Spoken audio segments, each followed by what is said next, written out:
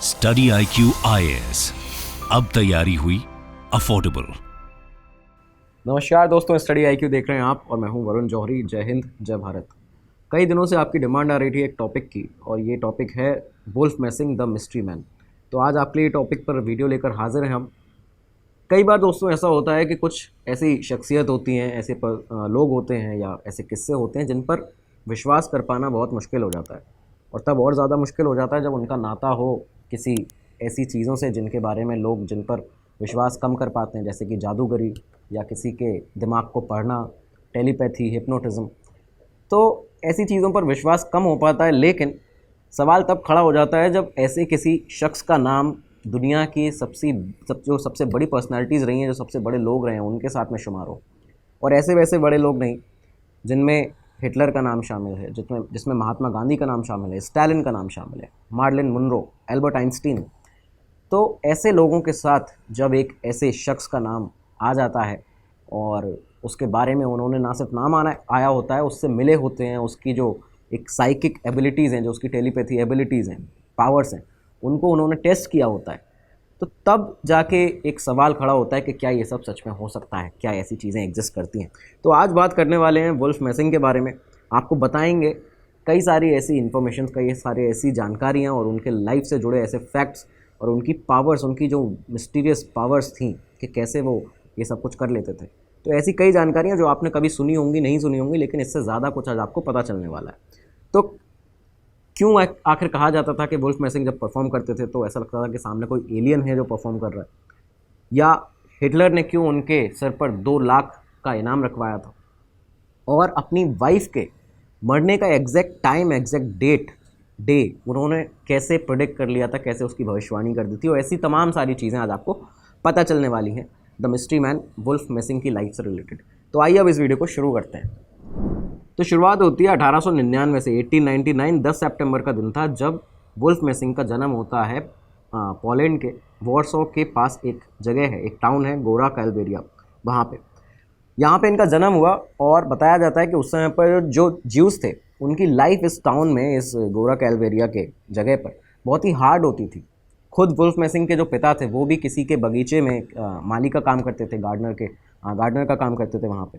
और 6 साल की करीबन जब इनकी उम्र थी तब उन्हें एक जूइश स्कूल में भर्ती करा दिया जाता है।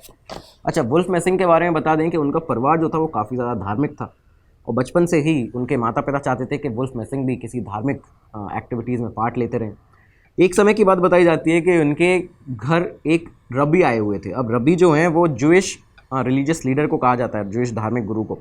तो ये आए हुए थे वुल्फ मैसिंग को, उन्होंने उनको देखकर ये कहा कि इन्हें धार्मिक सेवाओं में या फिर कहा जाए कि भक्ति की तैयारी इन्हें करनी चाहिए, इन्हें ऐसी चीज़ों में जाना चाहिए जिसके लिए इन्हें येशिवा भेज देना चाहिए। येशिवा का मतलब एक रिलीजियस स्कूल होता है जो ज्यूज़ का होता है, और वहाँ पे इनको भेज देना चाहिए। अब जब ये उन्होंने कहा था वुल्फ मैसिंग को देखकर, तो माता पिता बहुत ज़्यादा खुश थे, लेकिन मैसिंग खुद यहाँ पे जाना नहीं चाहते थे येशिवा में। उनका ये मन था कि वो ऐसी चीज़ों में नहीं जाना चाहते हैं, वो रिलीजियस हैं लेकिन उन्हें रबी नहीं बनना है। इसके वजह से उनको काफ़ी बार मार भी पड़ी, क्योंकि बचपन में ज़िद कर रहे थे, छोटे थे। लेकिन यहीं की एक बात बताई जाती है कि एक दिन रात को उनके पिता ने उन्हें स्टोर रूम से, रात का करीब बहुत ज़्यादा आधी रात का करीब समय था और बहुत ही काला अंधेरा झक छाया हुआ था सब तरफ, तो उन्हें स्टोर रूम से माचिस लेने के लिए भेजा, मैच बॉक्स लेने के लिए भेजा। बताया जाता है कि यहाँ पे कुछ असाधारण इनके साथ में हुआ था। ये इस तरह से हुआ था कि जैसे ही वो वापस आ रहे थे तो पोर्च में, जहाँ पे वो वापस आ रहे थे उस समय पे, एक बहुत बड़ी सी आकृति उनके सामने आके खड़ी हो जाती है, जिसमें सफ़ेद कलर की उन्होंने पोशाक पहनी हुई थी। और वहाँ से उसने अपनी हैवी आवाज़ के अंदर बोलना शुरू कर दिया कि मेरे बच्चे, मुझे ऊपर से भेजा गया है तुम्हारा फ्यूचर डिटरमाइन करने के लिए, बताने के लिए, और साथ ही साथ में तुम्हें एक येशिवा विद्यार्थी बनना चाहिए, येशिवा स्टूडेंट बनना चाहिए, क्योंकि तुम्हारी जो प्रेयर्स हैं वो हेवन को प्लीज़ करेंगी। तो ये चीज़ उनसे यहाँ से कही गई थी। वुल्फ मैसिंग क्योंकि बहुत ही छोटे थे तो वो यहाँ पर डर गए, उन्हें झटका लगा और वो बेहोश हो जाते हैं। जब आंखें खुली तो उन्होंने देखा था कि उनके पेरेंट्स उनके सामने बैठे थे, प्रे कर रहे थे कि जल्दी से उनका बेटा ठीक हो जाए, बच्चा ठीक हो जाए। यहाँ पे उनके पिता को जब उन्होंने अपनी ये सब बातें बताई कि आखिर उनके साथ हुआ क्या था जिससे वो बेहोश हुए, तो माता पिता को जब बताया तो पिता ने अचानक से ये कहा कि वो भी यही चाहते हैं।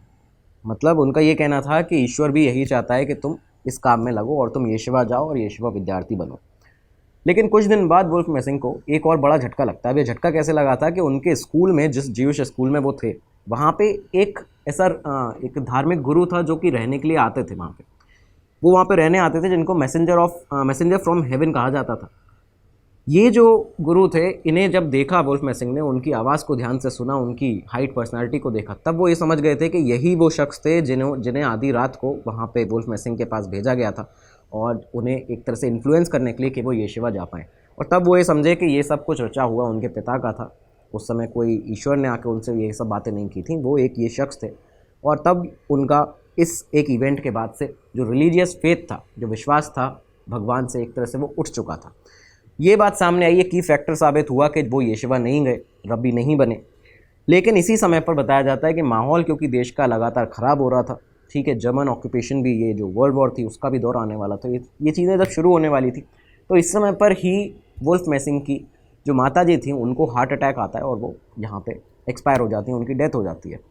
आगे जाके बताया जाता है कि वर्ल्ड वॉर के दौरान ही उनके पिता की और जो भाई थे छोटे, इन लोगों की भी यहाँ पे डेथ हो गई थी। एक मजदैक कंसंट्रेशन कैंप था वहाँ पे। लेकिन इस बीच में जब माता जी की डेथ हुई तो वुल्फ मैसिंग बहुत ज़्यादा डिस्टर्ब रहने लगे थे यहाँ से। करीबन अब 11 साल की उम्र थी, और 11 साल की वो उम्र थी जब मैसिंग ने स्कूल गए हुए थे वो, और स्कूल से उसके बाद उन्होंने अपना शहर छोड़ दिया। वो यहाँ से स्कूल से ही भाग चुके थे। मैसिंग जब भागे थे अपने स्कूल से, स्कूल गए हुए थे, वहाँ से रेलवे स्टेशन पर पहुँचते हैं और उन्हें नहीं पता था कि वो कहाँ की ट्रेन लेने वाले हैं। लेकिन वो यहाँ से, उन्हें ये कंफर्म था कि माता जी की डेथ हो चुकी है और अब मैं यहाँ पर रहना नहीं चाहता। तो वो यहाँ से जब भागे, 11 साल करीब उनकी उम्र थी। बताते हैं कि ये जो स्टेशन था वहाँ पे जो पहली ट्रेन आई वो उसमें चढ़ गए। उन्हें नहीं पता था ये ट्रेन कहाँ जाने वाली है। लेकिन इसके बाद जब ट्रेन में चढ़े, बाकी लोगों से पूछा तो ये पता चलता है कि ये ट्रेन बर्लिन जा रही है। बर्लिन की तरफ ये ट्रेन बढ़ रही थी। अब क्योंकि उस कोच में उस कंपार्टमेंट में बहुत कम लोग थे, तो मैसिंग के पास क्योंकि टिकट भी नहीं था, तो पकड़े जाने का खतरा बहुत ज़्यादा था और ये उनको लगातार सता भी रहा था। इसी बीच में इन्होंने क्या किया कि एक कंपार्टमेंट की एक सीट थी, तो लोअर बर्थ जिसे कहते हैं, लोअर बर्थ के नीचे ये छुप जाते हैं वहाँ पे, और उसके बाद में इनकी आंख लग जाती है। अब लगातार यही सोच रहे थे कि कहीं टीटी ना आ जाए, पकड़ ना ले, टिकट है नहीं। तो इस बीच में होता कुछ ऐसा ही है कि लोग कम ही थे, टीटी आते हैं और इसके बाद इन्हें देख भी लेते हैं कंपार्टमेंट के नीचे लेटे हुए। इन्हें उठाया जाता है, इनसे पूछा जाता है कि आपका टिकट कहाँ है।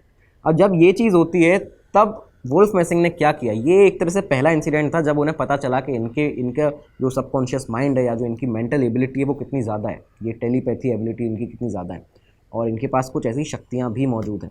हुआ बेसिकली ये था कि आस पास में जो एक पेपर पड़ा हुआ था, एक कागज़ का टुकड़ा पड़ा हुआ था छोटा सा, मैसिंग ने नीचे से ही वो कागज़ का टुकड़ा उठा के उस टीटी को पकड़ा दिया। और इसके बाद लगातार ये बताया जाता है, मैसिंग के खुद के वर्ड्स थे कि उन्होंने कहा कि मैं उस समय पर लगातार ये सजेस्ट कर रहा था अपने दिमाग को कि ये सिग्नल भेजे जाएं इस सामने वाले शख्स के दिमाग में कि ये एक टिकट है, ये जो टुकड़ा मैंने इन्हें पकड़ा है ये एक टिकट है, और लगातार मैं सिर्फ यही रिपीट कर रहा था अपने दिमाग के अंदर। लेकिन इसके बाद होता क्या है, ये बहुत ही अचंभित करने वाली बात है। टीटी ने बहुत देर तक उस टिकट को देखा, उस कागज़ के टुकड़े को देखा जो मैसिंग ने उन्हें पकड़ाया था। उसके बाद में हंसते हुए वापस ये टिकट का जो ये कागज़ का टुकड़ा था मैसिंग को देते हैं और कहते हैं कि आपके पास जब टिकट है तो आप नीचे क्यों बैठे हुए हैं, तो आप इस सीट के नीचे क्यों छुपे हुए हैं, आइए अपनी सीट पे बैठ जाइए।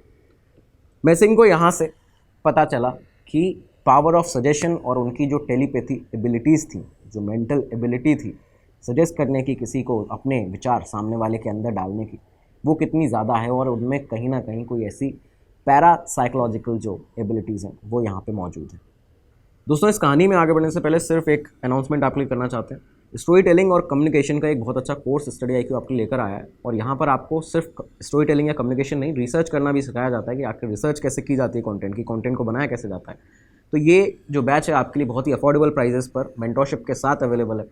इस वीडियो के डिस्क्रिप्शन में आपको डिटेल्स मिल जाएंगे, और वहाँ पर जाके सिर्फ VJ लाइव ये जो कोड है ये आपको डालना है, जिससे कि आपको एक कोर्स जो है वो बहुत ही कम रेट्स पर, लगभग 2000 रुपये के रेट पर आपको एक कोर्स यहाँ पर मिल जाएगा। VJ लाइव आपको लगाना है, और इसी के साथ आप अपनी ये जो स्टेप है अपने करियर की ग्रोथ में, इसको बहुत ज़्यादा एक बड़ा स्टेप अपने करियर की ग्रोथ में लेंगे, साथ ही साथ इसको अपने करियर को, अपनी ग्रोथ को मजबूत भी बनाएंगे। तो जल्दी से जल्दी डिस्क्रिप्शन में जाके एक बार डिटेल्स ज़रूर चेक कीजिएगा। धन्यवाद। तो अच्छा, आगे बढ़ते हैं अपनी कहानी की तरफ। देखिए, अब जब ट्रेन में टीटी को एक तरह से चकमा दे दिया, चकमा देना कहेंगे या आप इसको कहेंगे कि उन्होंने हिप्नोटाइज़ कर दिया था टीटी को, या अपनी मेंटल एबिलिटी से उनको अपने वश में कर लिया था। तो जबकि छोटे ही थे, 11 साल की करीबन सिर्फ उम्र थी। अब ये जो ट्रेन थी, क्योंकि ये बर्लिन जाने वाली थी, बर्लिन अब जब पहुँचते हैं वुल्फ मैसिंग, तो बर्लिन में लाइफ जो थी वो बहुत ज़्यादा उनकी टफ रही। बहुत ही छोटे थे, उनकी जो हेल्थ थी वो भी लगातार ख़राब होती जा रही थी, गरीबी छाई हुई थी सब तरफ। इन्हें इस समय पता चलता है कि जर्मनी में ये जो जर्मनी की जो कैपिटल है बर्लिन है, तो बर्लिन में यहाँ पे जो ज्यूज़ हैं, जो गरीब ज्यूज़ हैं, ये आके एक ड्रैगोनर स्ट्रीट में रुकते हैं, ड्रैगोनर स्ट्रेसी एरिया में। तो ड्रैगोनर स्ट्रेसी एरिया स्ट्रीट जो है वहाँ पे ये लोग रुकते हैं। इन्होंने इस स्ट्रीट को ढूंढा और वहाँ पे रहना शुरू कर देते हैं। इस बीच में इन्होंने बहुत सारे छोटे छोटे काम किए। बताया जाता है, खुद इनकी बायोग्राफी में भी लिखा हुआ है कि उन्होंने बर्तन धोए, ठीक है, जूते पॉलिश किए लोगों के, पार्सल्स को डिलीवर किया यहाँ से वहाँ। ऐसे ही एक बार क्या हुआ कि बर्लिन की एक रोड पे ये पार्सल डिलीवर करने के लिए जा रहे थे और इसी समय पर क्योंकि भूख बेहद ज़्यादा लग रही थी और कमज़ोर होते जा रहे थे, तो ये सड़क पे ही बेहोश हो जाते हैं, बेहोश होकर गिर जाते हैं उस पार्सल को डिलीवर करने जाते समय पर। इस बीच में जब इन्हें ले जाया गया, पास में किसी ने देखा, वो हॉस्पिटल ले गए। हॉस्पिटल ले जाया गया तो क्योंकि कोई इनका ऐसा कोई शख्स नहीं था जो इनको देखने के लिए आया हो, या किसी का जानकारी नहीं मिल रही थी डॉक्टर्स को, तो इन्हें ये देखा गया कि ना इनकी पल्स है और ना ही इनका कोई साइन ऑफ लाइफ इनमें दिख रहा है कि ये ज़िंदा हैं भी या नहीं। तो ये सोचकर इन्हें दफनाने के लिए ले जाने वाले थे लोग, हॉस्पिटल से इन्हें दफनाने के लिए ले जाने वाले थे। लेकिन इसी वक्त पे एक स्टूडेंट प्रैक्टिशनर थे वहाँ पे, जो कि एक जूनियर डॉक्टर थे, तो उन्होंने नोटिस किया कि इनका हार्ट जो है वो अभी भी बीट कर रहा है, वो अभी भी धड़क रहा है, जो इनका दिल है, सांसें अभी भी इनके अंदर हैं। और इसी के बाद ये बाल बाल बचते हैं, इन्हें ज़िंदा वरना दफना दिया जाता। तो यहाँ पे इनको बचाया जाता है और फिर उनका ट्रीटमेंट किया जाता है। 3 दिन लगे करीबन होश आने में। 3 दिन बाद होश आता है। उसके बाद में जब ये कॉन्शियसनेस में आए थे, जब होश में आए तो इनका कहना है कि डॉक्टर एबिल नाम के एक वहाँ पे शख्स थे। तो डॉक्टर एबिल ने इनके साथ में काफ़ी ज़्यादा समय यहाँ पे स्पेंड किया, अपना समय निकाला। उनको एक तरह से इनकी जो मेंटल एबिलिटी थी, जो टेलीपैथी एबिलिटीज़ थी, किसी का दिमाग पढ़ने की माइंड रीडिंग एबिलिटी थी, उसको डॉक्टर एबिल समझ चुके थे कि ये कोई साधारण सा बच्चा नहीं है, ये साधारण आदमी नहीं है। और इसके बाद उन्होंने इनके अंदर कॉन्फिडेंस बिल्डअप किया, उन्हें एक परफॉर्मर बनाया।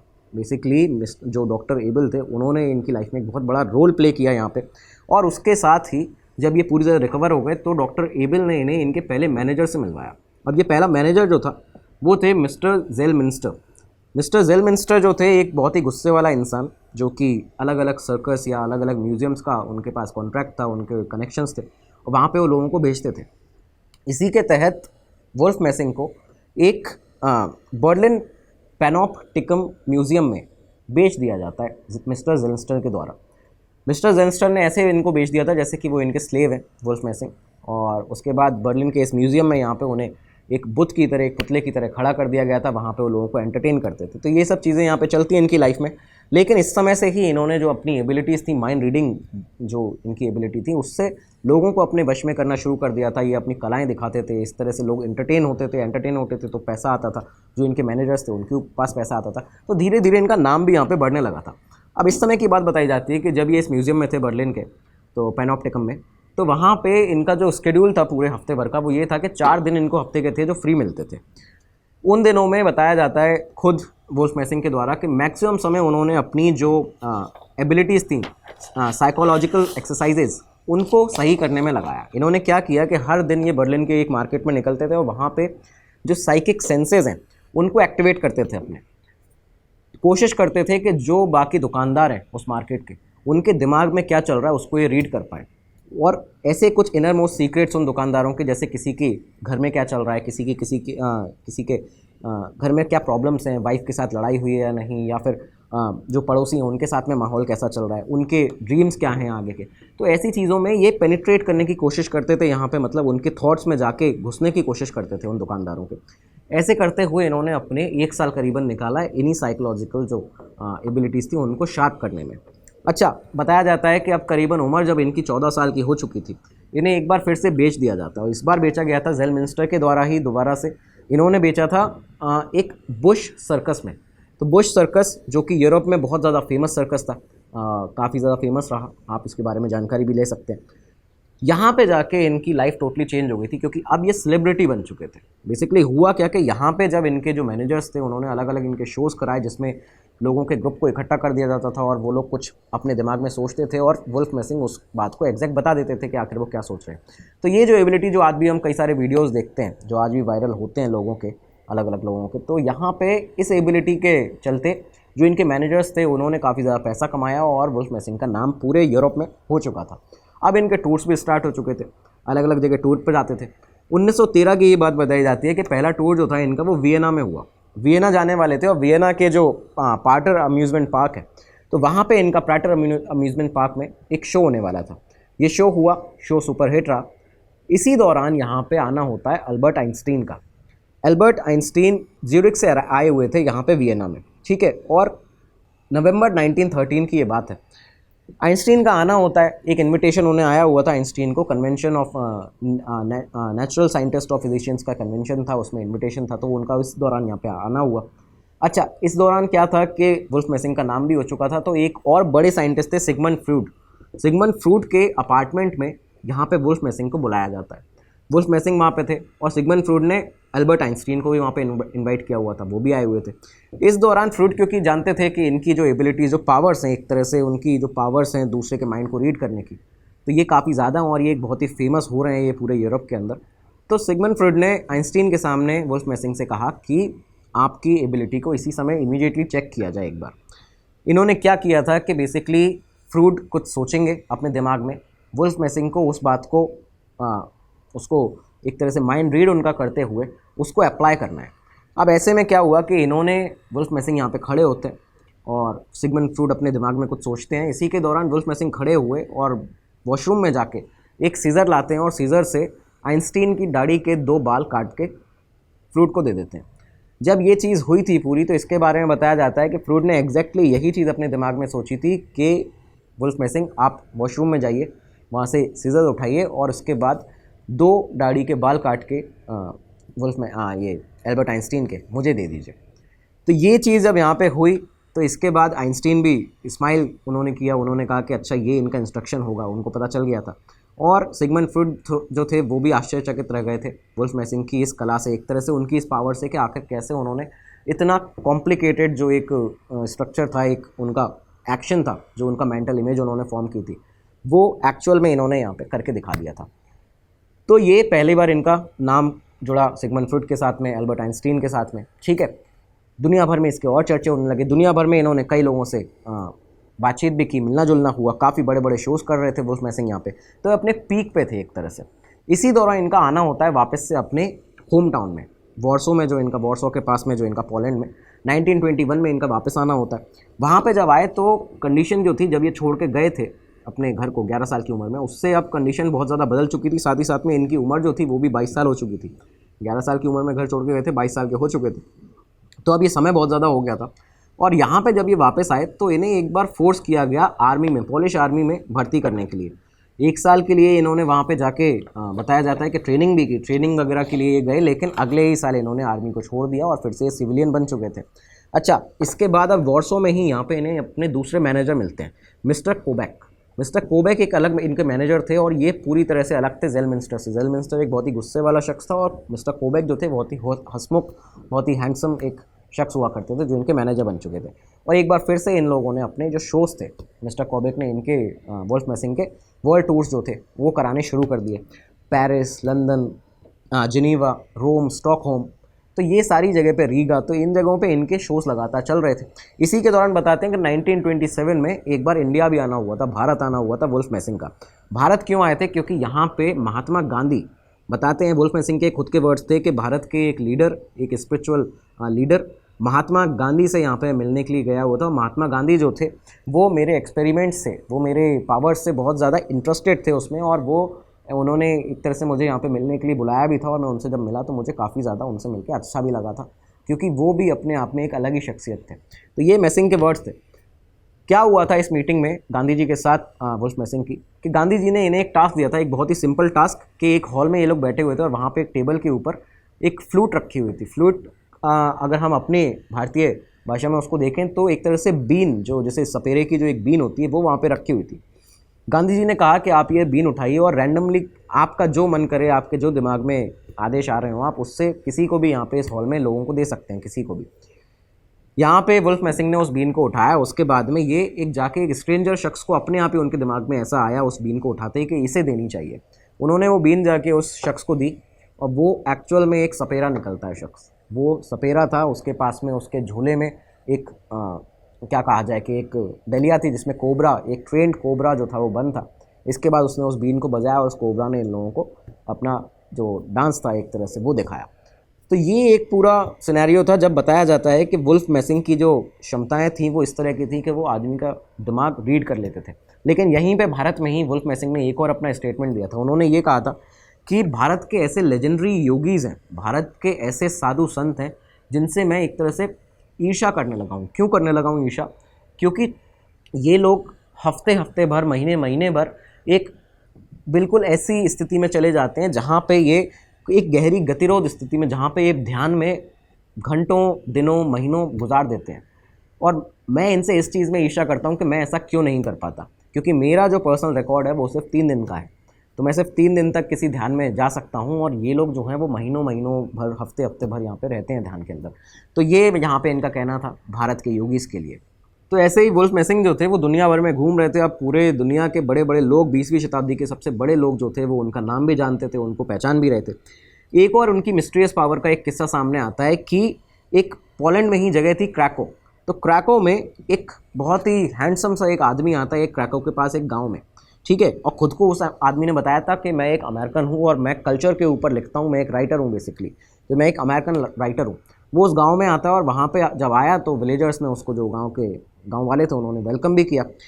कुछ दिनों में ये जो आदमी था, इसने एक 16 साल की एक लड़की थी, पॉलिश लड़की थी, बहुत ही खूबसूरत लड़की थी, तो उससे यहाँ पे इसने ये उसके प्यार में पड़ गया एक तरह से। उसने ये बताया और उसके माता पिता को उस लड़की के जाके ये प्रपोज़ किया कि मैं इससे शादी करना चाहता हूँ। जब ये शख्स आया तो अमेरिकन था, ऊपर से इसने जब प्रपोज़ किया था तो एक डायमंड की रिंग भी दी थी। तो वहाँ पे बताया जाता है कि उस ऑफ़र को लड़की ने इमीडिएटली एक्सेप्ट कर लिया था और माता पिता जो थे वो थोड़े से शंका में थे। अब इसी बीच में मैसिंग का, वुल्फ मैसिंग का इसी रीजन के अंदर में आना हुआ था अपने एक शो के लिए। तो वो क्रैको में यहाँ पे आए हुए थे। जब ये खबर पड़ी माता पिता को लड़की के, तो वो एक बार पहुँच जाते हैं एडवाइस लेने के लिए मैसिंग से कि आप, क्योंकि आपके पास ऐसी काबिलियत है कि आप पढ़ सकते हैं कि सामने वाला क्या सोच रहा है, क्या वो सही व्यक्ति है भी या नहीं, तो आप एक बार हमारी लड़की के बारे में बताइए, क्या ये लड़का सही रहेगा। तो मैसिंग ने कहा इन दोनों से, माता पिता से, कि आप इस लड़के के साथ में आज रात मेरा जो शो है वहाँ पे आइएगा क्रैको में। माता पिता लड़के के साथ पहुँच जाते हैं। तो मैसिंग खुद ये बताते हैं कि उस लड़के को देख के पहली बार में ही मुझे कुछ अजीब से सेंसेस ऐसा फील हुआ कि ये कुछ कहीं तो कुछ गड़बड़ है। इसके बाद जब उससे बातचीत करना शुरू की, जब उससे कुछ सवालात किए, तो वो लड़का वहाँ से निकलने लगा। वो, उसको अनईज़ी फील हुआ और वो वहाँ से उस पूरे जो ऑडिटोरियम था उसको छोड़ के भागने वाला था। लेकिन मैसिंग ने उसके बाद जब लोगों से कहा कि इसको रोको और इसकी तलाशी लो, तब उस इन्वेस्टिगेशन में ये पता चला कि ये जो लड़का था ये एक ऐसे गैंग का, अर्जेंटीना के एक ऐसे गैंग का मेंबर था जो कि यंग लड़कियों को वेश्यावृत्ति के लिए ले जाते हैं और अर्जेंटीना के जो ब्रोथल्स हैं वहाँ पे छोड़ देते हैं। तो ये एक ऐसा केस था कि जो इनकी पावर्स का, मिस्टीरियस पावर का एक और केस सामने आता है। अच्छा, इसके बाद एक और स्टोरी आती है उनके सामने कि क्योंकि अब ये फेमस हो चुके थे तो अलग अलग जो बड़े होटल्स होते थे वहाँ पे उनके मैनेजर्स उन्हें रुकवाते थे। इनका प्राइवेट रूम होता था, एक स्वीट उनके लिए बुक होता था, बहुत ही लग्जरियस। तो ऐसे में ही क्या हुआ कि एक बार वुल्फ मैसिंग को फंसाने की साजिश की गई थी। ये किस तरह से हुआ? एक लड़की थी, बहुत ही, बताया जाता है मैसिंग के शब्दों में कि बहुत ही खूबसूरत लड़की थी और उनसे मिलने के लिए आती है उनके रूम में। और जब उसने नॉक किया था तो उसके बाद जब उन्होंने उसको पहली बार देखा तभी वो सेंसेस को फील कर चुके थे कि ये कहीं किसी गलत इरादे से यहाँ पे आई हुई है। मैसिंग के रूम में आती है और उसके बाद में मैसिंग से कहती है कि मैं आपकी फ़ैन हूँ और मैं आपको कुछ फेवर देना चाहती हूँ। तो ये सब इस तरह की जब उस लड़की ने बात की तो मैसिंग ने क्या कहा कि मैं आपके लिए कुछ खाने पीने का इंतज़ाम करके आता हूँ। तो इसकी वजह से वो बाहर जाते हैं और बाहर जाके सिक्योरिटी को होटल की बोलते हैं कि अभी आपको यहाँ से एक लड़की भागती हुई नज़र आएगी, वो यहाँ से कुछ चिल्लाएगी मेरे रूम से और तब आपको मैं गेट ओपन रखूँगा, तब आपको रूम के अंदर आना है, एंटर करना है। इसके बाद जब ये वापस आते हैं, लड़की ने क्या किया कि अपने कपड़े फाड़ने शुरू कर दिया और सडनली उसने चिल्लाना शुरू कर दिया, रेप रेप, इस तरह की चीज़ें वो जैसी चिल्लाती है एक होटल की खिड़की से बाहर खड़ी हुई सिक्योरिटी वाले अंदर आते हैं, उस लड़की को गिरफ्तार करके ले जाते हैं। तो ये पहले से ही सेंस कर लेते थे कि आखिर सामने वाला किस उद्देश्य से इनके पास में आया हुआ है, एक तरह से उसका माइंड रीड करना, ये काबिलियत यहाँ पे वुल्फ मैसिंग के पास थी और ये दुनिया के बड़े बड़े लोगों ने माना है। अच्छा, अब ये समय आ चुका था 1937 का, ठीक है, और इस समय पर एक और बड़ा किस्सा हुआ मैसिंग के साथ में, जब अडोल्फ हिटलर का नाम मैसिंग के साथ जुड़ा। क्या हुआ था कि 1937 में वॉर्सो के ही एक थिएटर में परफॉर्म करते समय मैसिंग ने क्या किया कि करीबन 1000 लोग वहाँ पे मौजूद थे और वहाँ पे इन्होंने एक प्रेडिक्शन किया था, एक भविष्यवाणी की थी। इन्होंने कहा कि पूर्व में कोई भी जर्मन हमला जर्मनी के विनाश से समाप्त होगा और हिटलर की जो है वो डेथ हो जाएगी। अगर हिटलर ने अब हमला किया तो हिटलर की डेथ हो जाएगी, हिटलर मारा जाएगा। हिटलर के पास जब ये मैसेज पहुंचा तो उसने वोल्फ मैसिंग के सर पे 2 लाख मार्क्स का इनाम रख दिया था। 2 लाख मार्क्स का इनाम रखा गया, कहा गया हिटलर के द्वारा कि कोई भी इसका अगर सर लेकर आएगा मेरे पास तो उसको 2 लाख मार्क्स मिलेंगे। और इसी के साथ यहाँ पे ये जो बुलेटिन थी, जो पोस्टर्स थे, वो पूरे शहर में हिटलर के फॉलोअर्स के द्वारा चिपका दिए गए थे। हर अलग अलग जगह पे अलग अलग शहरों में चिपका दिए गए थे कि ये जो शख्स है इसको ढूंढो, इसको पकड़ो, अब ये कहाँ पे मिलेगा। वुल्फ मैसिंग को इस समय समझ में आ चुका था कि अब उन्हें यहाँ पे रहना मुश्किल है, अब उन्हें यहाँ से निकलना होगा। तो वो हाल ही में उन्होंने सोचा कि वॉर्सो के पास में एक गांव में चले जाते हैं, जहाँ पे उनका पहले जो गोरा कैलवेरिया नाम का जो उनका गांव था वहाँ पे चले जाते हैं। लेकिन बाद में उन्हें समझ में आया कि उन्हें किसी दूसरी जगह यहाँ से निकलना पड़ेगा, ये शहर और ये रीजन ही उन्हें छोड़ना पड़ेगा। इस बीच में वो ये भी जानते थे कि जो गेस्टापो है, गेस्टापो जो कि ऑफिशियल सीक्रेट पुलिस थी जर्मन नाजी जर्मनी की, तो गेस्टापो ऑफिसर्स थे वो भी उनकी रैकी में लगे हुए थे, उनको ढूंढने के लिए हंट कर रहे थे उनके लिए। तो इस तरह उन्होंने डिसाइड किया कि अब पोलैंड से मुझे बाहर जाना पड़ेगा। लेकिन इसी बीच में हुआ क्या कि अगले ही दिन ये वॉर्सो की एक गली में जा रहे थे, वहाँ से निकल रहे थे, गुजर रहे थे। इसी समय पे गेस्टापो ऑफिसर ने इन्हें पकड़ लिया, इन्हें देखा, उसके बाद अपनी बहुत देर तक इनका चेहरा देखता है, उसके बाद अपनी जेब में से एक पर्ची निकालता है। उस पर्ची पे इनका फ़ोटो था, वो फ़ोटो जो कि हिटलर ने सब जगह फैलाया हुआ था। उस फोटो को देखकर यहाँ से इनसे पूछता है वो गेस्टापो ऑफिसर कि आप कौन है, हु आर यू। तब इन्होंने कहा कि मैं एक परफॉर्मर हूँ, आई एम अ परफॉर्मर। तो उसने कहा कि नहीं, तुम झूठ बोल रहे हो ज्यू, तुम एक ज्यू हो और तुम वुल्फ मैसिंग हो, जिसने हमारे लीडर को मारने के लिए कहा है, जिसने हमारे लीडर के मरने की बात कही है। एक इसके बाद में बताया जाता है कि उस गेस्टापो ने इन्हें वुल्फ मैसिंग को एक घूसा मारा, इनकी पीठ पर मारा, उसके बाद इन्हें बालों से पकड़ते हुए पुलिस थाने में बंद कर दिया। पुलिस थाने में जब बंद किया गया था तब का एक किस्सा आप सुनिए कि वुल्फ मैसिंग को लगा कि अब क्योंकि मेरे सर पे 2 लाख मार्क्स का इनाम है, साथ ही साथ में पुलिस के मैं हाथ में हूँ, कुछ भी हो सकता है मेरे साथ, या तो मुझे मार दिया जाएगा या मुझे हिटलर के पास में भेज दिया जाएगा 2 लाख के इनाम के लिए। तो ये सब चीज़ें जब चल रही थी तब उन्होंने क्या किया, जेल के उस कैद खाने में बंद बाहर जितने भी उन्हें ऑफिसर्स दिख रहे थे, इन्होंने उन पर फोकस किया अपनी विल से। ये जो उनके शब्द हैं कि मैंने अपनी विल से फोकस किया उन ऑफिसर्स पे, और साथ ही साथ में हिप्नोटिकली मैंने हिप्नोटाइज करना शुरू किया जितने भी ऑफिसर्स जो हैं वो उस बिल्डिंग के, उस पुलिस थाने के बाहर जो तैनात हैं, उनको भी पहले मैंने अंदर बुलाया, ठीक है। उसके बाद मैंने उनसे कहा कि आप लोग अपने कलीग्स के साथ में ज्वाइन करिए, और ये बिना बोले ये सब चीज़ें कर रहे थे। आप ये ध्यान रखिएगा कि बिना बोले इन्होंने क्या किया कि बाहर जो ऑफिसर्स थे पुलिस वाले, उनसे कहा कि अपने जो अंदर तुम्हारे कलीग्स हैं उनके साथ में आ जाओ। और इसके बाद इन सभी को कहा कि करीबन वहाँ पे 10 से 11 पुलिस ऑफिसर्स हो गए थे। इन सब से कहा कि एक सेल लो, एम्प्टी सेल, एक खाली सेल, उसमें खुद को बंद कर लो, और उससे पहले मेरी सेल में भी आ जाओ और 1-2 लोग मेरी सेल में आ जाओ और यहाँ पे इसका लॉक खोल दो। 20 मिनट जब हुए थे करीबन, जब इन सारे ऑफिसर्स का भ्रम टूटा, तब उन्होंने ये देखा था कि ये सारे के सारे ऑफिसर्स जो थे वो जेल में बंद थे, अपनी खुद की कैद में बंद हो गए थे, और अंदर से लॉक भी उन्होंने करके रखा था, और वुल्फ मैसिंग जो थे वो वहाँ से भाग निकले थे। तो ये एक और किस्सा था जहाँ पे इन्होंने हिप्नोटाइज़ किया पुलिस वालों को, उन्हें उन्हीं के कैद में बंद कर दिया और उनसे ही लॉक खुलवा के बाहर यहाँ से भाग गए थे। लेकिन अब ये जानते थे कि पोलैंड से इन्हें भागना पड़ेगा जल्दी से जल्दी। अच्छा, इसके लिए इन्होंने क्या किया, उस समय पर कहा जाता था कि सोवियत यूनियन जो है वो सेफ़ है लोगों के लिए, यहाँ से जो भी भागे हैं उन लोगों के लिए, पोलैंड से जो लोग भाग रहे हैं यहाँ से, इनके लिए सोवियत यूनियन अच्छी जगह है। तो एक हंगेरियन सर्कस में जोकर हुआ करता था वहीं पे, जिसका नाम था जैनोस। तो उस जैनोस जो जोकर था उसकी मदद से इन्होंने यहाँ से भागने का पूरा प्लान किया, उसने इन्हें यहाँ से भगाया, और साथ ही साथ में 1 हफ्ते का करीबन समय लगता है जब ये वेस्टर्न बर्ग रिवर जो है उसके किनारे पर पहुँच जाते हैं।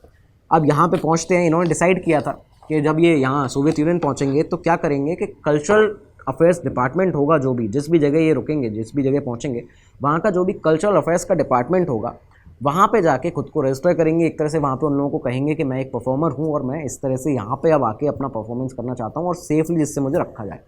लेकिन ये भूल चुके थे कि किसी भी ऐसे शख्स को जो कि जिसका प्रोफेशन सुपर नेचुरल प्रोफेशंस में जो हो, जैसे कि फॉर्च्यून टेलर्स जो भविष्यवाणी करते हैं, या फिर टेलीपैथी करते हैं, पैरासाइकोलॉजिस्ट हैं, ऐसे लोगों को कभी वेलकम नहीं किया जाता था सोवियत यूनियन में।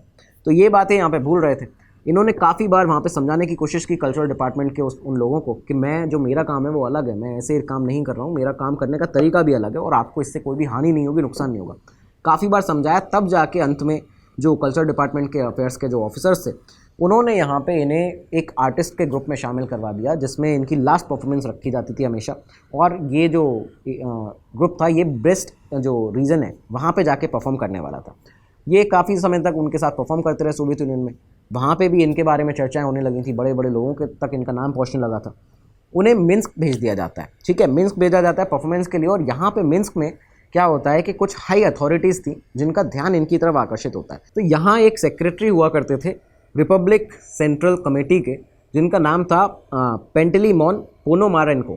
तो अब ये जो शख्स थे, ये बाद में आपको बता दें कि जब वॉर ख़त्म हुई तो वॉर के बाद में मॉस्को के बहुत बड़े पॉलिटिशियन भी बने, आप इनके बारे में भी सर्च कर सकते हैं। तो ये जो शख्स थे, इन्होंने जब परफॉर्मेंस देखा था वुल्फ मेसिंग का, उन्होंने सीधी मेसिंग की एक्टिविटीज़ के बारे में रिपोर्ट कर दिया था। किसको? जोसेफ स्टालिन को। जोसेफ स्टालिन जो कि लॉन्गेस्ट सर्विंग एक तरह से लीडर कहा जाए सोवियत यूनियन के। तो स्टालिन को यहाँ से बताया गया मेसिंग की एक्टिविटीज़ के बारे में कि एक ऐसा शख्स भी है जो कि कुछ सुपरनेचुरल पावर्स शायद उसके पास में हो और वो सोवियत यूनियन में मौजूद है। इसी के दौरान क्या हुआ कि जब स्टालिन को ये बात पता चल चुकी थी, तो अब होना क्या था, हुआ ये कि एक दफ़ा मेसिंग जो है वो परफॉर्म कर रहे थे गोमेल में।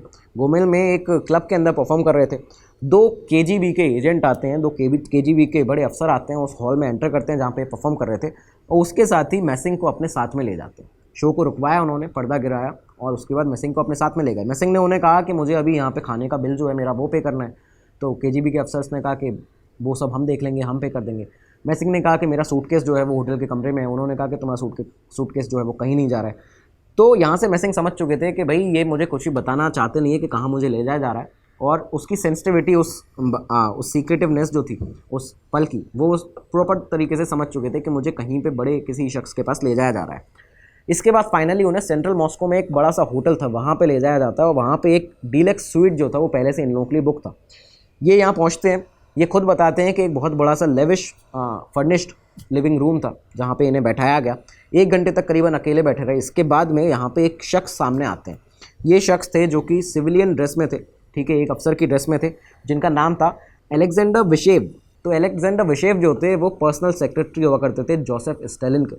तो जोसेफ स्टालिन के पर्सनल सेक्रेटरी थे। इन्होंने पहले पूछा, जब ये अलेक्जेंडर विशेव सामने आए वुल्फ मेसिंग के, इन्होंने पूछा कि क्या तुम्हारे पास में कोई हथियार है, क्या तुम कोई हथियार कैरी कर रहे हो अपने साथ में। तो मेसिंग ने अपना एक ह्यूमरस तरीके से यहाँ पे बयान दिया था। उन्होंने कहा अपने दिमाग की तरफ ऐसे इस तरह से उन्होंने टैप करते हुए अपने दिमाग के ऊपर कहा कि ये मेरी जगह है जहाँ पे मैं अपने सारे हथियार रखता हूँ। ये इस पे बिना किसी रिएक्ट के जो अलेक्जेंडर विशेव थे उन्होंने एक गेट ओपन किया। वो गेट कुछ मिनट तक कुछ समय तक ओपन रहता है और इसके बाद उस गेट में से बाहर आते हैं जोसेफ स्टालिन। अब स्टालिन के सामने खड़े हुए थे वुल्फ मेसिंग। पहली बार वो स्टालिन से मिल रहे थे। स्टालिन ने उन्हें स्वागत किया उनका, लेकिन उनसे हाथ नहीं मिलाया था। तो इसके रिप्लाई में यहाँ पे मेसिंग ने कहा कि मैं कुछ देर पहले आपको अपनी बाहों में उठाया हुआ था। स्टालिन ने कहा कि आप ये किस तरह की बात कर रहे हैं, इसका क्या मतलब है कि आप मुझे बाहों में उठाए हुए थे। तो तब इन्होंने कहा कि दरअसल मैं आपकी एक बहुत बड़ी सी पोर्ट्रेट थी, आपकी एक फ़ोटो थी जिसको मैंने अभी अपने प्रदर्शन के दौरान मुझे ले जाना था स्टेज पे, तो मैं उसको अपने बाहों में पकड़ के उसको स्टेज पे ले गया था। तो स्टालिन ने कहा कि अच्छा आप ह्यूमरस भी हैं, आप कॉमेडी भी करते हैं। उन्होंने यहाँ पे कुछ इनके प्रोफेशन से रिलेटेड यहाँ पे नहीं पूछा स्टालिन ने मेसिंग से, लेकिन कुछ पॉलिटिकल सवाल पूछे, किसके साथ में आप क्या कहाँ काम कर चुके हैं, पोलैंड में कहाँ काम कर रहे थे, क्या था, ये सब चीज़ें पूछी जाती हैं। इसके बाद स्टालिन ने केजीबी को ये ऑर्डर दिया, केजीबी के कुछ ऑफिसर्स को, कि इसकी जो एबिलिटीज़ हैं वुल्फ मेसिंग की, उसको आपको टेस्ट करना है पूरी तरह से और प्रॉपर टेस्ट करके मुझे उसके रिजल्ट बताने हैं। अब ये समय बताया जाता है 1940s की गर्मियों का समय था, ठीक है। वुल्फ मेसिंग को ये ऑर्डर दिया जाता है केजीबी के द्वारा कि करीबन 1 लाख रूबल्स, जो वहाँ की करेंसी है, 1 लाख रूबल्स जो हैं वो आपको एक प्रोमिनेंट ब्रांच से स्टेट बैंक की विड्रॉ करने हैं। मतलब 1 लाख रूबल्स आपको वहाँ पे जाके उस मैनेजर से, बैंक मैनेजर से लेकर आने हैं। ना आपका वहाँ पे अकाउंट है, ना ही आपके पास में वहाँ का कुछ एक भी आपके पास ऑफिशियल डॉक्यूमेंट है, ऐसा कुछ भी नहीं है। अब आप कैसे लाएंगे वहाँ से? क्या हुआ ये बताया जाता है खुद मेसिंग के द्वारा कि ये गए थे वहाँ पे और साथ में वहाँ पे मौजूद थे जो केजीबी के अफसर थे, वो सिविल ड्रेसेस में वहाँ पे मौजूद थे उस बैंक में, इनके आगे पीछे ही। यहाँ पे इन्होंने क्या किया, सामने जो बैंक मैनेजर बैठा था जिसने एक बहुत ही मिडिल एज मैन था, ग्रे कलर की उसकी मूछें थी, और उसको जाके एक पेपर थमाया, उसको ये इंस्ट्रक्शन दिया अपने ब्रेन से कि आप इसको एक बोनाफाइड फाइनेंशियल डॉक्यूमेंट ही समझें, जिसमें आपको 1 लाख रूबल मुझे अभी सौंपने हैं। कुछ देर तक बताया जाता है कि वो जो बैंक मैनेजर था उसने इसको पढ़ा, उसको देखता है, उसके बाद इनकी शक्ल को देखता है वुल्फ मैसिंग की। दोनों के बीच कुछ समय निकला, इसके बाद ही उसने अपना जो ड्रॉ था उसको खोला, वहाँ से नोटों को गिनना शुरू किया और 1 लाख रूबल्स का पूरा एक सूटकेस जो था, सूटकेस में बाकायदा रख के इनके सूटकेस में वुल्फ मैसिंग को दे दिया। जैसे ही ये चीज़ हुई, यहाँ पे जो ऑफिसर्स थे केजीबी के, उन्होंने ये संदेश भेजा स्टालिन को कि भाई ये पहले अपने टेस्ट में यहाँ पे पास हो गया और इसने प्रॉपरली यहाँ पे ये जो ब्रीफ केस था, साथ ही साथ में इन केजीबी के ऑफिसर्स ने उस पैसे को भी पूरा चेक किया था, गिना भी था उन पैसे को, उन रुपयों को, 1 लाख रूबल्स को, कि आखिर ये सही में है भी या नहीं, या हमारे साथ यहाँ पे भी कोई फ्रॉड कर रहा है। लेकिन इसके बाद ये बात पुख्ता होती है कि ये ले चुके थे। दोबारा से ये संदेश भेजा जाता है कि हाँ, इन्होंने सक्सेसफुली अपना काम कर लिया। अच्छा, इसके बाद क्या हुआ, स्टालिन ने ये जो सूटकेस था वो एक बार फिर से उसी बैंक मैनेजर के पास लेके जाते हैं उस बैंक के, और वहाँ पे जाके उसे वही पर्ची देते हैं और इस बार कहते हैं कि अब आप इस पर्ची को एग्जैक्ट जैसा ये है, एक ब्लैंक पेपर है जिस पे अब जाके आपके सिग्नेचर हैं, आपकी सील है जो कि आपने लगा के हमें दिए, जो आपने पैसे दिए थे, तो यहाँ पे आप इसको लीजिए और इसको इसी तरह से पढ़िएगा। ये उन्होंने बिना बोले किया था। बेसिकली आपको बता दें कि ये सिर्फ माइंड गेम्स चल रहे थे यहाँ पे, बिना बोले ये कर रहे थे। उस मैनेजर ने ये पर्ची ली और जैसे ही उसने इस पर्ची को देखा कि इस पर कुछ नहीं लिखा है, सिर्फ उनके साइन है उस मैनेजर के, उसकी सील लगी हुई है, तो बताया जाता है कि वो अपनी चेयर पे ही, अपनी कुर्सी पे ही बेहोश हो चुका था, क्योंकि एम्बुलेंस को बाद में बुला लिया गया और बाद में उसको बचा लिया गया। तो ये एक किस्सा था जो कि वुल्फ मैसिंग की उस काबिलियत को, एक तरह से क्या कहा जाए, एक शक्ति को दर्शाता है, जो कि माइंड रीड करना या हिप्नोटाइज करना, किसी को अपने वश में करना, इस शक्ति को उनकी यहाँ पे साफ तौर पर देखा जा सकता है, जिसको केजीबी के ऑफिसर्स ने भी उस समय देखा था और स्टालिन को रिपोर्ट किया था। अच्छा, इसके बाद केजीबी ने स्टालिन के लिए एक और टेस्ट लिया वुल्फ मैसिंग का। ये टेस्ट किस तरह से था कि कुछ सिक्योरिटी गार्ड्स के 3 सेट्स बनाए गए, उन्हें अलग अलग सेट में खड़ा किया गया और कहाँ खड़ा किया गया था, एक मिलिट्री इस्टेब्लिशमेंट था उसके पास में। मिलिट्री इस्टेब्लिशमेंट तक जाने के लिए आपको 3 सेट ऑफ गार्ड्स को क्रॉस करना होगा और सभी को इंस्ट्रक्शन थे कि ये है वुल्फ मैसिंग, ये शख्स है, इसे तुम्हें अंदर जाने से यहाँ पर रोकना है। बताया गया था कि उसका एग्जैक्ट टाइम क्या होने वाला है, किस टाइम पर यहाँ पे आ सकता है, सारी चीज़ें बता दी गई थी। और मैसिंग को ये कहा गया था कि आपको उस मिलिट्री इस्टेब्लिशमेंट के अंदर तक जाना है इन गार्ड से बच के। अब कैसे जाओगे वो आप देखो। लेकिन हुआ क्या कि यहाँ पे कुछ ही सेकेंड्स की वो बात रही होगी जब मैसिंग यहाँ पे पहुँचे, उसके बाद में वो अगले ही पल उस मिलिट्री इस्टेब्लिशमेंट के अंदर थे। गार्ड्स ये देख के चौंक चुके थे, केजीबी के जो ऑफिसर्स थे वो ये देख के सन्न रह गए थे कि आखिर इसने ये किया कैसे। बाद में जब उनसे पूछा गया था कि आखिर आपने ये कैसे कर लिया, तो स्टालिन ने भी जब उनसे पूछा कि आपने आखिर मेरे गार्ड्स को चकमा कैसे दिया, तब उन्होंने कहा कि मैंने कुछ नहीं किया, मैंने सिर्फ वहाँ पे इन सभी गार्ड्स को ये बताया था, मतलब उनसे ये कहा था कि मैं लेवरेंटी बेरिया हूँ। लेवरेंटी बेरिया उस समय के स्टालिन के सीक्रेट पुलिस के चीफ हुआ करते थे, तो जो स्टेट पुलिस के सीक्रेट पुलिस के चीफ थे, तो वहाँ पे इन्होंने ये कहा था कि मैं लेवरेंटी बेरिया हूँ, और उन सारे जो 3 सेट ऑफ सिक्योरिटी गार्ड्स थे वो इनको यहाँ पे क्रॉस करके सामने जा चुके थे। तो एक तरह से हिप्नोटाइज़ किया हुआ था इन्होंने। इस इंसिडेंट के बाद बताया जाता है कि स्टालिन को पूरी तरह से इनकी काबिलियत पर भरोसा हो गया और उसके बाद में स्टालिन के काफ़ी करीबी माने जाने लगे। कई रूमर्स तो यहाँ पे ये फैल चुके थे पूरी उस जगह पे कि मैसिंग जो है, वुल्फ मैसिंग, वो स्टालिन के लिए इन्होंने कई सारे इंटेरोगेशन किए हैं पॉलिटिकल प्रिजनर्स के, जो कि लुबान का जो प्रिजन है वहाँ पे जो पॉलिटिकल प्रिजनर्स बनते, तो उनके लिए भी ये काम करते थे ऑपरेशन में सीक्रेट पुलिस के। लेकिन ये सिर्फ रूमर्स थे, इस तरह की बात सामने आती है, बताई जाती है। मैसिंग के अकॉर्डिंग बेसिकली ये क्या करते थे, इनका कहना था कि मेंटल जो मैसेजेस होते हैं, जो ब्रॉडकास्ट होते हैं, मैं उनको रीड कर सकता हूँ, मैं लोगों की जो परसेप्शंस हैं उनको रीड कर सकता हूँ। क्योंकि क्या होता है कि जब एक आदमी होता है, इसको बेसिकली आप माइंड रीडिंग नहीं कहेंगे, इसको आप मसल रीडिंग कहेंगे, वो ऐसा कहते थे। तो वो कहते थे कि जब भी इंसान कुछ सोचता है, किसी चीज़ पे हार्डली सोचता है, तो उसके ब्रेन जो है, उसका जो दिमाग है, वो ऐसे सिग्नल्स को ट्रांसफ़र करता है, ऐसे इम्पल्सेस होते हैं उसके अंदर, जो उसकी बॉडी के अंदर, उसके बॉडी मसल्स में जाते हैं, और उनको मैं रीड करना जानता हूँ। जब वो उसके मूवमेंट जैसे हो रहे होते हैं, जिस तरह से वो एक्ट कर रहा होता है, तो वो किसी भी लोगों के लिए, कोई नॉर्मल लोगों के लिए देखना उसको इम्पॉसिबल होता है, लेकिन मुझे वो सब पढ़ना आ जाता है। तो सिर्फ इतनी सी चीज़ है जो मैं यहाँ पे करता हूँ। तो इस तरह से वुल्फ मैसिंग का जो स्टालिन के साथ में करीबियाँ थीं, वो काफ़ी समय तक पूरी दुनिया भर में फेमस हो चुके थे, बड़े बड़े लोग उनसे मिलने के लिए आते थे। ये सब चलता रहा। 1970s की शुरुआत का ही समय, शुरुआत के सालों की ही एक बात बताई जाती है कि एक पब्लिक लॉटरी चलती थी स्पॉट लोटो नाम से।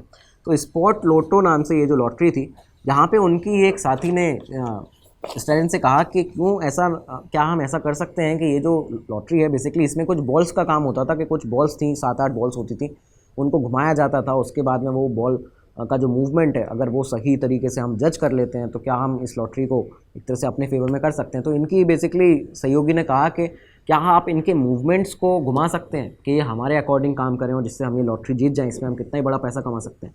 तो मैसिंग ने यहाँ पे साफ साफ मना कर दिया था। उन्होंने कहा कि मेरी पावर इन्फ्लुएंस नहीं कर सकती इन बॉल्स के मूवमेंट्स को, क्योंकि ये इन एनिमेट ऑब्जेक्ट्स हैं। उन्होंने कहा कि मैं ये इस तरह की चीज़ होगी जैसे मैं किसी टेबल को टर्न कर रहा हूँ बिना उसको छुए, तो ये ऐसी शक्ति होगी कि मैं किसी ऑब्जेक्ट को बिना छुए उसको यहाँ से वहाँ मूव कर रहा हूँ। ये मेरे पास में इतना इन्फ्लुएंस करने की पावर मेरे पास नहीं है। अगर ये मैं सिर्फ टेलीपैथिक सजेशंस जो होते हैं उनको रीड कर सकता हूँ, वो भी तब जब वो बायोलॉजिकल इक्वल्स से आ रहे हों, मतलब कि अनदर ह्यूमन बीइंग से वो ऐसे सिग्नल्स आ रहे हो, किसी दूसरे इंसान से जब सिग्नल आ रहे हो, सिर्फ मैं उन पर काम कर सकता हूँ, ऑब्जेक्ट्स के साथ में कुछ नहीं कर सकता। तो वो यहाँ पे इन्होंने साफ कर दिया था। ये सब चीज़ें चलती रहीं, लेकिन मेसिंग का भी डाउनफॉल आया, जैसे कि हर शख्स का डाउनफॉल आता है, इनकी लाइफ में भी डाउनफॉल आया। हुआ क्या, इनकी वाइफ थी एडा मेसिंग। एडा मेसिंग को कैंसर डिटेक्ट हुआ था और काफ़ी लंबे समय से उन्हें कैंसर डिटेक्ट हुआ था। फाइनली ये जो समय था शायद 1964 का समय ये आसपास का बताया जाता है कि जब एडा मेसिंग को उनके जो डॉक्टर थे ब्लोकिन, तो डॉक्टर ब्लोकिन आए इनके घर पे। उन्होंने फाइनली कहा कि जब कुछ ही समय बचा हुआ था सिर्फ एडा मेसिंग के पास, इनकी वाइफ के पास, तो इन्होंने वुल्फ मेसिंग से कहा कि वुल्फ, आपको ये सुनकर थोड़ा सा अफसोस होगा लेकिन अब इनके पास में ज़्यादा समय नहीं बचा है, लेकिन फिर भी हम इसको रिकवर अभी भी कर सकते हैं। जैसे ही डॉक्टर ब्लोकिन ने ये कहा था मेसिंग से, तो मेसिंग ने कहा कि मैं कोई बच्चा नहीं हूँ, और चिल्लाए थे इनके ऊपर, चिल्ला के कहते हैं कि मैं कोई बच्चा नहीं हूँ, मैं मेसिंग हूँ, मैं वुल्फ मेसिंग हूँ, और मुझे पता है, मुझे ये सब आप नॉनसेंस बातें मत बताइए, मुझे पता है कि इसके पास अब ज़्यादा समय नहीं बचा है और एडा जो है वो बहुत जल्दी मरने वाली है। और एडा 2 अगस्त को 7 बजे शाम को 7:01 पर यहाँ पे इनका देहांत हो जाएगा। तो ये जब इन्होंने कहा था, जब ये प्रोडिक्ट सडनली इन्होंने किया था अपनी दबी हुई आवाज़ में उस डॉक्टर के सामने, ब्लॉकिन के सामने, तब कोई ये नहीं जानता था कि ये चीज़ सच होने वाली है और ये इन्होंने जो प्रोडिक्शन की, और कोई ये मानना भी नहीं चाहता था कि सब ये कह रहे थे कि काश इस बार इनकी कोई प्रोडिक्शन सच ना हो, जो इन्होंने कहा ये सच ना हो। लेकिन जुलाई का महीना आता है, एडा की तबीयत और ज़्यादा बिगड़ने लगती है। जो मेसिंग फैमिली थी उसमें भी घर का माहौल था, जो बाकी अलग सर्वेंट्स लगे हुए थे साथ में, उनका भी जो माहौल था वो ख़राब होने लगता है। और सडनली अगस्त का वो दिन था, 2 अगस्त को 7 बजे शाम को, एग्जैक्ट 7:01 पर एडा की जो तबीयत थी वो इतनी ज़्यादा बिगड़ी कि कैंसर से उसी दौरान, उसी मिनट पे जो एग्जैक्ट इन्होंने बताया था, जो प्रेडिक्ट किया था, उसी पल में इनकी वाइफ की डेथ हो जाती है। जब एडा की यहाँ पे डेथ हुई थी, उनकी फ्यूनरल से आने के बाद में बताते हैं कि मेसिंग का जो एक तरह से सबसे बुरा समय उनका कहा जाता है कि जब वो एक डीप डिप्रेशन में चले गए थे, बहुत ज़्यादा दुखी रहने लगे थे, करीबन 9 महीने तक वो डीप डिप्रेशन में रहे। लेकिन उनके अंदर की जो साइकिक पावर्स थी वो उन्हें फिर से एक बार जगा रही थी, उनको काम करने के लिए कह रही थी, लोगों को एंटरटेन करने के लिए कह रही थी। तो बताया जाता है कि करीबन 1 साल का लंबा इन्होंने समय लिया, उसके बाद में दोबारा से अपनी स्टेज पर आते हैं।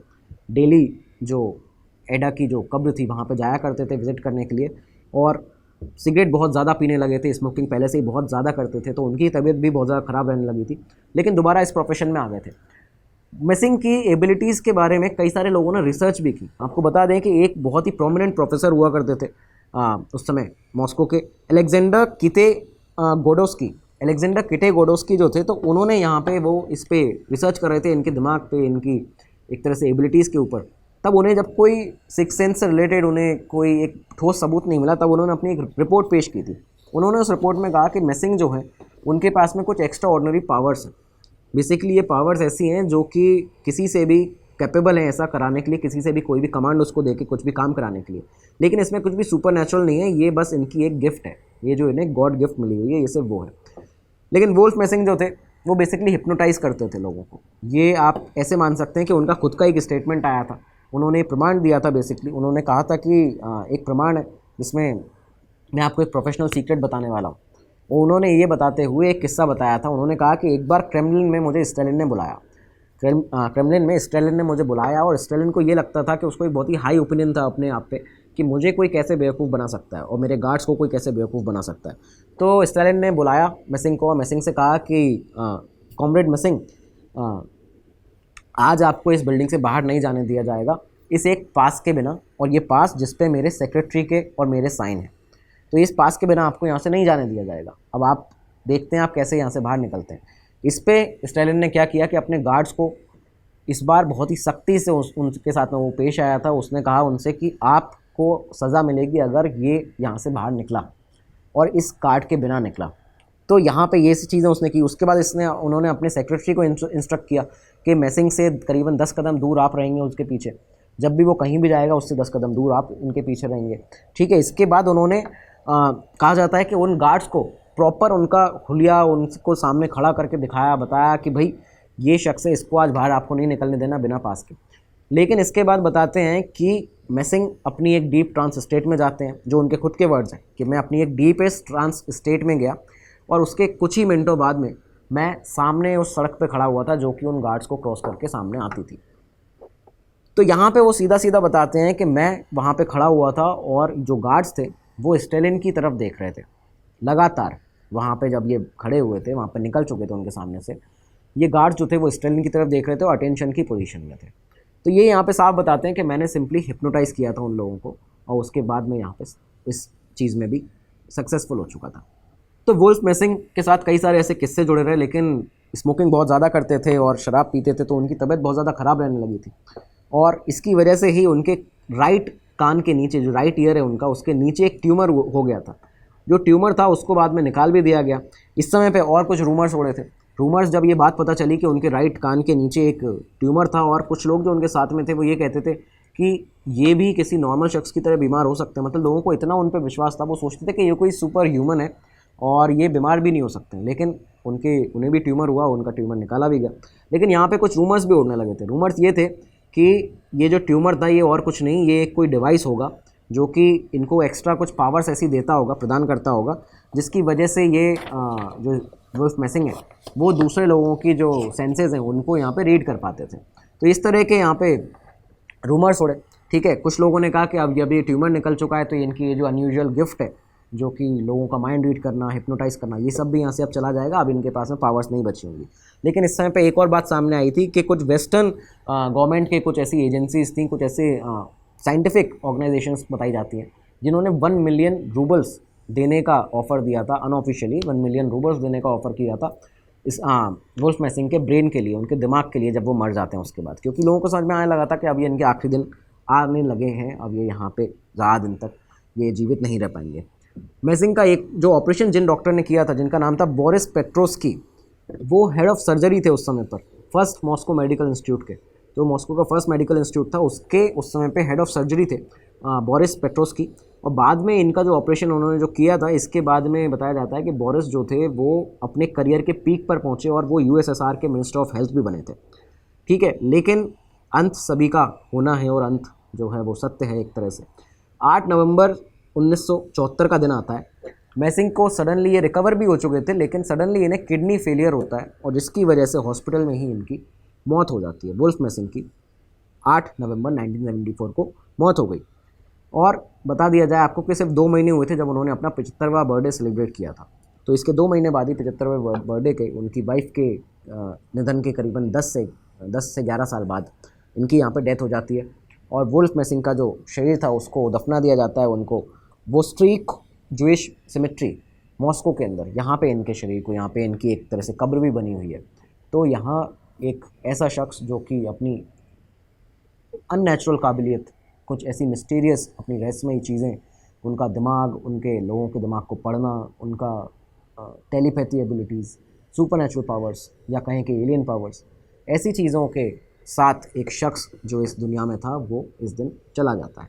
आपको जानकर हैरानी होगी कि नेशनल परफॉर्मेंस ब्यूरो ने वुल्फ मैसिंग के ऊपर एक लिस्टिंग जो अपनी की हुई है, सिर्फ वो ये है जो लिस्टिंग उनकी की गई है कि वुल्फ मैसिंग जो कि फर्स्ट कैटेगरी मैजिशियन है और 180 रूबल्स ये अपने शो के लिए पर शो ये लेते हैं। सिर्फ इतनी सी लिस्टिंग एक ऐसे शख्स के लिए की गई है जिसके बारे में कहा जाता है कि Stalin, Hitler, Mahatma Gandhi, Albert Einstein, तो ऐसे बड़े बड़े लोगों के साथ दुनिया भर के 20वीं शताब्दी के जो सबसे बड़े चेहरे थे उन लोगों के साथ में जिनका नाम जुड़ा। साथ ही साथ में एक ऐसे शख्स वुल्फ मैसिंग जिनकी एक्स्ट्रा ऑर्डिनरी कैपेबिलिटीज़ जो थी वो एक मिस्ट्री की तरह ही रह गई है लोगों के सामने। लोग उनके दिमाग पर रिसर्च करें या उनके बारे में, उनकी एक्टिविटीज़ के बारे में रिसर्च करें, तब शायद कुछ स्थिति साफ़ हो पाए कि आखिर वुल्फ मैसिंग ऐसा कैसे कर पाते थे। लेकिन अभी तक ये सिर्फ एक मिस्ट्री बनी हुई है कि क्या आखिर एक इंसान ऐसा भी हुआ था जो कि इस तरह की काबिलियत रखता था, इस तरह की शक्तियाँ उसके पास में थी जो कि नेचुरल नहीं थी। तो दोस्तों ये था आज का एपिसोड। उम्मीद है आपकी एक बड़ी रिक्वेस्ट थी बहुत समय से, इसलिए आज इस एपिसोड को आपके लेकर आए थे। उम्मीद है आपको ये एपिसोड पसंद आया होगा। काफ़ी सारी इसमें ऐसी जानकारियाँ थी जो कि आपने कई जगह पे वुल्फ मैसिंग के बारे में सुना होगा, लेकिन इतनी जानकारी मुझे बिल्कुल विश्वास है कि आपने नहीं सुनी होगी। यहाँ पे हम काफ़ी सारी जानकारी आपके लेकर आए थे, कई सारी बुक्स इसके लिए हमने पढ़ी हैं और रिसर्च करके ये आपके लिए एपिसोड हाजिर था।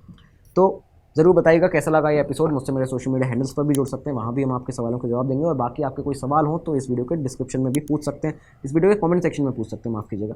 कमेंट सेक्शन में आके अपने सवाल पूछिए, अगले वीडियो में आपके सवालों को लिया जाएगा, उनके जवाब भी दिए जाएंगे। और इसी के साथ अब आज दीजिए इजाज़त। नमस्कार, धन्यवाद, जय हिंद, जय भारत। स्टडी IQ IAS, अब तैयारी हुई अफोर्डेबल।